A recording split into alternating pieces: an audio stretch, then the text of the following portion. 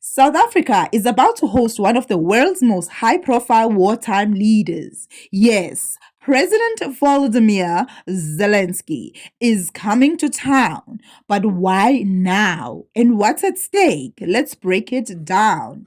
So here's the headline: Ukraine President Volodymyr Zelensky will visit South Africa on April 24th, 2025. This visit was initially planned for April 10, but due to scheduling issues on both ends, it's been moved to later in the month. This marks Zelensky's first official trip to South Africa, and let's be real, it's a big deal.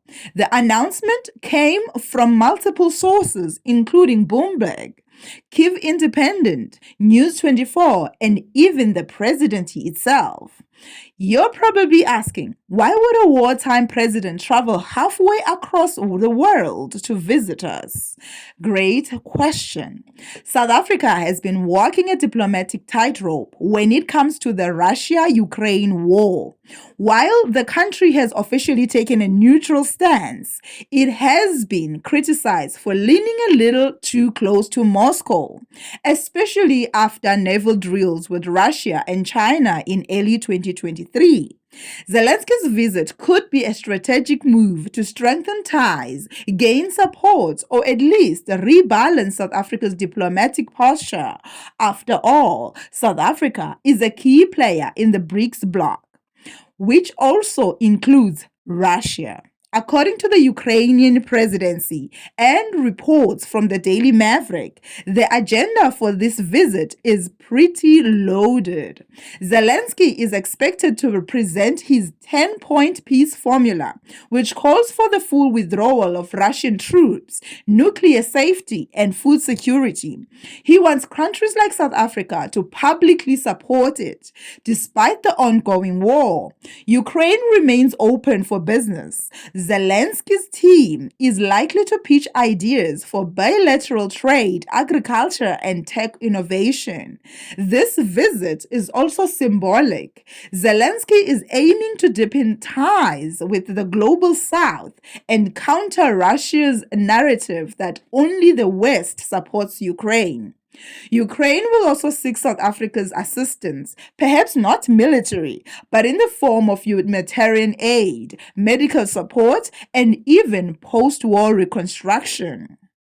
Not everyone is thrilled about this visit.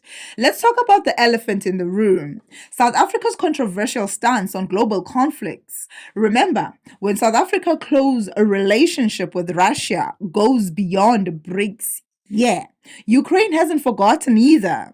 So this visit could either be a diplomatic reset or a PR nightmare, depending on how it's handled.